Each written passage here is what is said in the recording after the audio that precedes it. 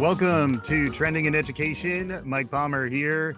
Today we have Chris Bennett with me. Chris is the founder and CEO of a company called Wonder School, who is figuring out new and innovative ways to provide childcare in places that it's desperately needed.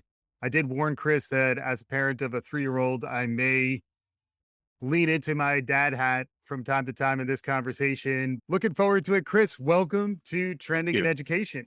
So exciting to be here. Thank you so much. They have said that the TED stage is really just an entry portal to guesting on Trending in Education. You Oh, yes. again It's the first step. demonstrated that, but really will want to get into what it was like. You just were recently on the TED stage. That's Yeah, the TED stage. need There's to. no X in there, just straight up TED, which Yeah. is the real deal. We'll get into that in a minute. We always begin with our rite of passage, asking our guests to tell us their origin story. How did you get to this point in your professional life? Ultimately, spoiler alert, it may wind up on the TED stage. But yeah, let us know how you wound up at this point in your career. Again, Michael, it's a pleasure to be on the show. Thank you for having me. I'm originally from Miami, Florida. My parents are immigrants from Honduras. And growing up, I went to a home-based childcare program. The childcare program I talk about on the TED Talk, Yoli's program. And in that program, I had a great experience. I eventually, went to middle school, went to high school, was the first in my family to graduate from college.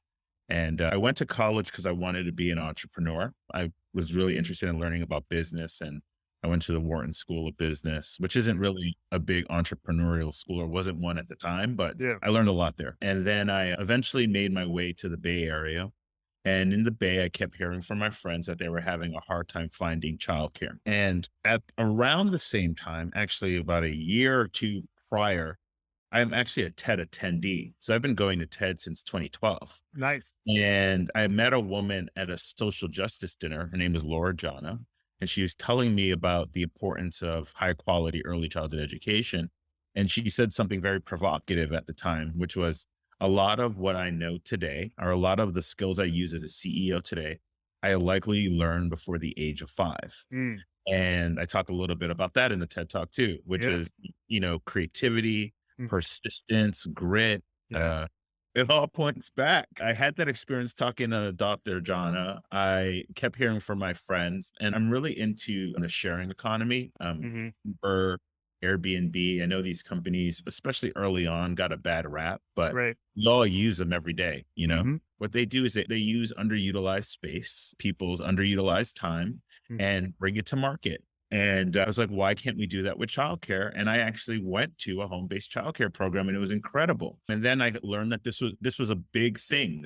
Actually, the vast majority of childcare programs are in home already. And so Right. I went to go visit a lot of them, and I noticed that they needed help with their business practices. Yeah. And so I decided to start a company that helped childcare providers with their businesses and also help them start their own childcare program, similar to Yoli's program. Yeah.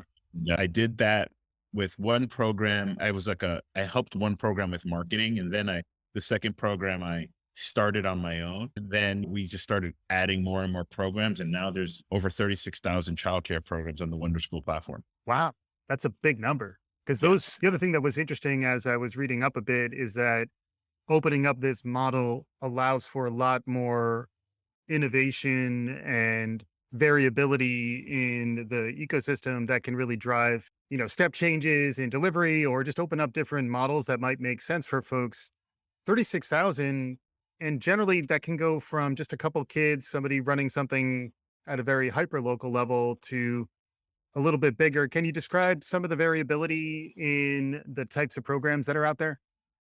So the Wonder School platform's evolved a lot since our inception. We work with home-based programs. There's two types, small and large, so 6 and 12 kids. And that 6 and 12 depends on your state. So it could be 4 and 14. It just depends. Got it. There's outdoor programs. We call them forest schools. We have those all over the country. And it's a fully outdoor program. The idea actually originated in Sweden. And as we know, there's snow in Sweden, and there's a colder winter than Yeah. there is in Miami. But they even run their childcare programs outdoors in the middle of the winter. Mhm. And we found that outdoor pretty exciting, and we're seeing a lot of success with those, especially Yeah, during COVID. Those really took off. I bet. We support center-based programs, which are what you normally think of a childcare program, 100 kids in a program with multiple teachers. Yep. Those are on our platform today too. We primarily help people start home-based programs, but we Mm. have centers on our platform. Yeah, and then you mentioned COVID, we made it a few minutes into our conversation without bringing it up. It is interesting that you founded this prior to the pandemic. There was some adoption, awareness, growth, and then the world changed. And the way we think about childcare and what everyone has been going through over the last couple years. This is where, again, I get to wear my dad hat. But like just having someone besides myself and my wife who can help wound up being so foundational to really starting, even just psychologically, to come out of the survival mode that the pandemic was about. Not to mention, my son needed socialization, needed to be around other kids, needed to have access to other adults besides his parents who he can trust. I can personally testify to how powerful and foundational Yeah. that experience was. What's it been like for you on the other side to have been delivering this pre-pandemic and then to be forced through this crucible of the last few years? What's it been like? It's required being very nimble. We've had to make a lot of changes to our business. I remember I went to a conference, an education like ski conference, and it was a small group. And I was talking to one of my friends who runs an education company as well. And we were just talking, and we had this moment. I don't know what happened, where we're like, we might not see each other for a while because Mm, this pandemic thing seems really real. mm, And if American cities look anything like Wuhan, yeah, what's that going to mean? And there's no vaccine. So what's that going to mean? And I yeah, remember like that settling and then getting on a plane and then thinking, oh man, I'm not going to be on a plane for a while. And then I remember sitting in some of my meetings and people saying it's just the flu. And I spent a year preparing for medical school. And so I know a decent amount of biology and chemistry and yeah, like at least foundational stuff. And I'm like, I don't think this is just the flu. yeah, There's people dying and cities falling apart. yeah, And yeah, I don't see an end in sight. And we didn't react to it as quickly. And then all of a sudden, within like 2 weeks, America went from it's just the flu to shut down. yeah, And we all lived it. So we all know it. But from a business perspective, what I noticed is that everyone started pulling their kids out of childcare. yeah, And it was a really scary time because we were like, I don't know how low this will go. yeah, I don't know what will happen. Turns out that people still needed childcare and there were essential workers, and those essential workers needed access to childcare, and we provided it. yeah, But it was a really scary time. We were worried about our providers. We were hoping that they were safe. yeah, Knock on wood, I didn't hear of anyone passing away, any of our providers or yeah, anything like that yeah, happening. But we were able to come out of it a lot stronger as a company. We started partnering with employers. Employers needed to figure out how to get access to childcare for their employees. mhm, Governments were trying to figure out childcare for their states, their cities, their counties, yeah, and I realized there was a really big opportunity there. And so we started to sell into those two different verticals. And yeah, where we are now, and we're doing really well. yeah.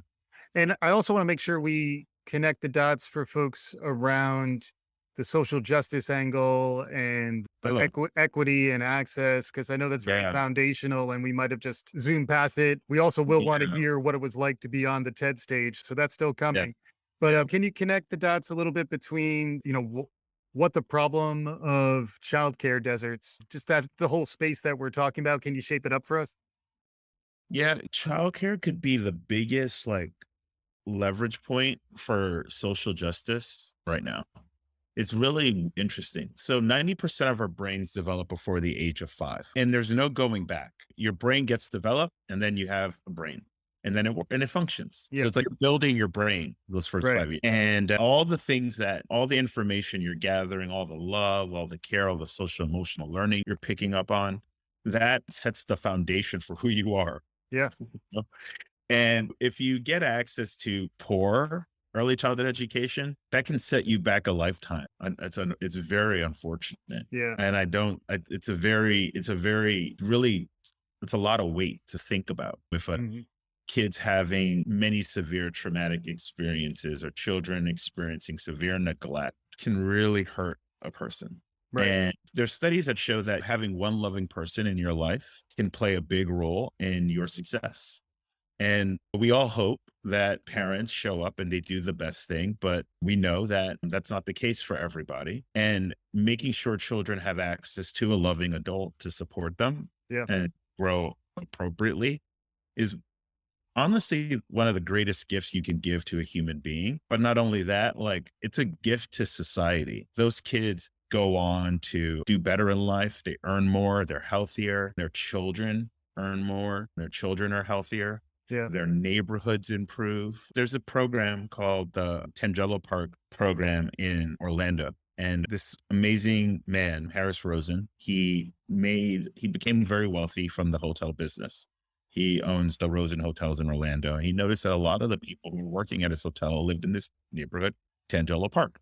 And he wanted to give back. So he went into the community and started just, true entrepreneurial style, doing customer development, talking to folks. And he noticed that a lot of the kids didn't get access to childcare. And his kids got access to childcare. And he started doing more research and he realized childcare was really important. And he came up with this idea to create free home-based childcare. He would hire the teachers.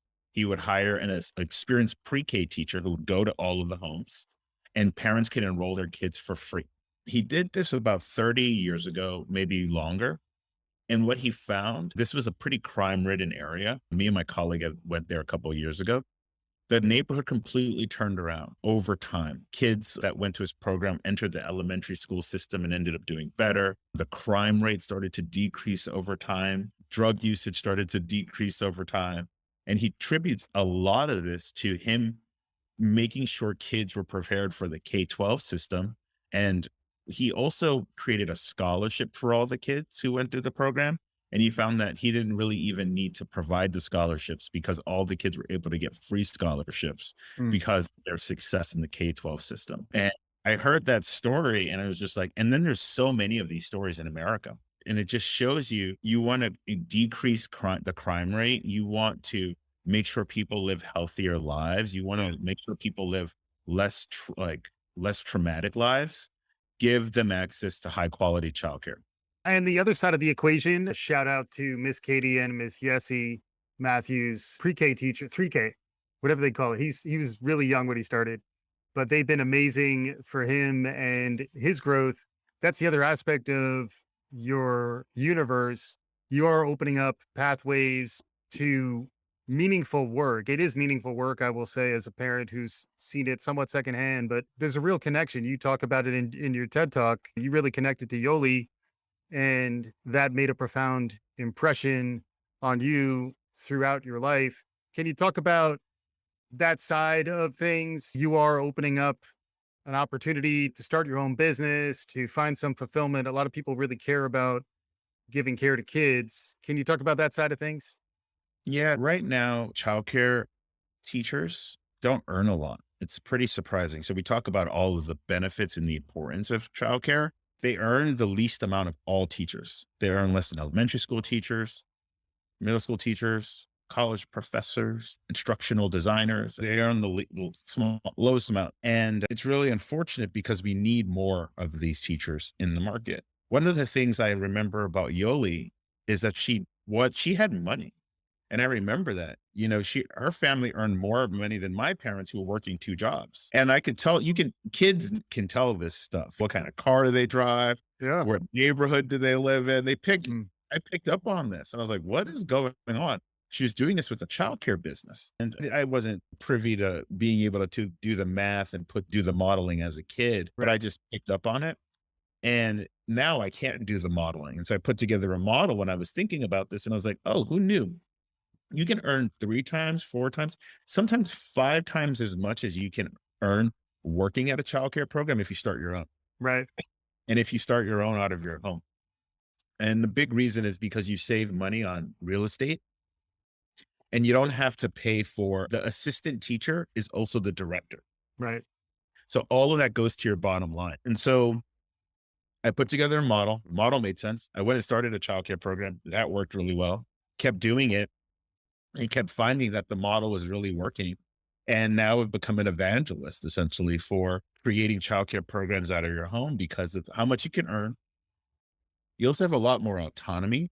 And so a lot of teachers, their biggest dream is to take a curriculum and expand on it Yeah. based on things that they love and care about. They can do that now when they start a program out of their own home. So those are the things that I've observed from the benefits of creating your own home-based program.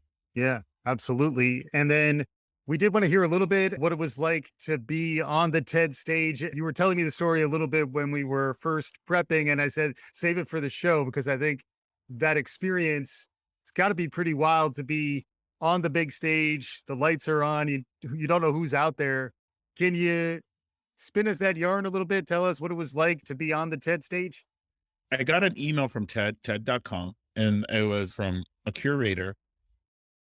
And like I mentioned, I've been going to TED my whole, like, for the past 10 years. So I was just like, oh, Ted's reaching out to me about something about TED. I don't know. And I get on the phone with her and I tell her about Wonder School. And we were just talking about the company. And then 4 weeks later, she sends me an email, says, hey, we'd like to invite you to give a TED talk. And I was like, oh, I didn't actually realize this was like a TED Interview. talk Yeah, yeah, interview. She said, what did you think it was? And then she actually didn't realize I was a TED attendee. And so she didn't understand my confusion, but then she finally did. And then we spent about 6 months working on it. People don't know how much work goes into these TED talks. You think that, like, the way it looks, it's like you just get up there and just shoot from the hip, but it's very rehearsed yeah, and every single word matters. yeah. And so I spent a lot of time thinking about it. And it's a tight 8, 10 minutes, Tight 8. tight 8, Yeah, I think right? it's a Yeah. 9. I think it's 9. I think I can't Okay. keep under 9. Yeah. And then we do 1 dress rehearsal, Mm, 1, mhm. okay? And I show up and I get on stage and I immediately go blank on the dress rehearsal. And I was like, what happened? I've practiced this thing 100 times. What just happened? My body shut down. And I finally got through it, and I was so embarrassed, and I think I was nervous because I saw Chris Anderson sitting in the stage, and I'm like, "Holy moly, Chris Anderson Yeah. just did my TED Talk." Like, that's Legend. Yeah. Yeah. Anderson. Yeah. And then he told us all after we all did our rehearsals, he said, "What I recommend is you go to your rooms, blast CNN, close your eyes, stand on one leg, and recite your TED Talk Wow. over and over and over again Wow. until you can provide it cold. Because you also, there's no notes, there's no teleprompter. So you have to, Right. and I haven't memorized something since like second grade. And so I get up there and I just remember I'm backstage and who's backstage with me? There's a woman who has another tech company, a guy who runs like one of those boring companies, the companies that like build underground, Oh, yeah. something like that. And then I think Lizzo was supposed to go like in the next session. I'm like, okay. And I get on stage and I did black out. I walked on stage and I saw one of my friends, Stephen DeBerry, and Okay. he was in the first row Yeah. and he was smiling at me. And I remember thinking, oh my God, I'm so glad Steven's there. Yeah. So I just looked him in the eye Mm. and then just kept looking around the room. My brain shut off Yeah. and I just started talking. Mhm. And you can see the TED Talk. I'm pretty happy with the results. Yeah. Yeah. And it It just was came out it of was me. yeah, it was your 8 mile moment and you stepped up to it. You only had that one shot, Exactly. and nailed it. And then where are things going now? I feel like there's heightened awareness around the problem of childcare and its role in our society. I think you've made a really persuasive argument for why we should focus on it and how we should open up pathways for folks who want to start these types of programs for themselves. Where do you see this headed? What's on the horizon? Also, feel free to talk about wild and wacky trends and things. If you're on the TED stage, if people are just talking about something, some new hotness, we'd love to hear from you about it. But what do you see on the horizon specifically around childcare and some of the mission-based work that you're doing? Right now, we're spending a lot of time looking to work with more and more governments and helping them solve for childcare. There's a lot of funding from the federal government to states and cities and counties, Yeah. and you're supporting them in creating new programs, helping them manage their existing programs, and we have a lot of examples of our work in different states where we've had a lot of success working with the state to solve for childcare. Yeah. And then we're working with a number of employers, helping their employees get access to childcare. And then lastly, our core business, helping parents find childcare and helping providers start our programs out of their homes and helping providers who have centers use our technology to manage their business. Yeah. That's what we're really just focused on, making sure there's more spots and making sure parents find them and working with all of these different groups to be able to deliver on that. And yeah, that's what we're focused on right now. Yeah. That's awesome. It is amazing to me that something like this had not already existed. And that's why you wind up on the TED stage. That's why you're about to get the trending in education bump, Oh, Chris, too, which is a whole nother. You thought money, TED was big. Wait until this thing money. drops. Yeah. But yeah, it is really remarkable that these types of solutions weren't out there. Credit to you to have the foresight to get in there when you did. And then also you're at a level of maturity now and scale that you can start to really make more of a profound impact. If folks want to learn more about what we talked about, where should they go?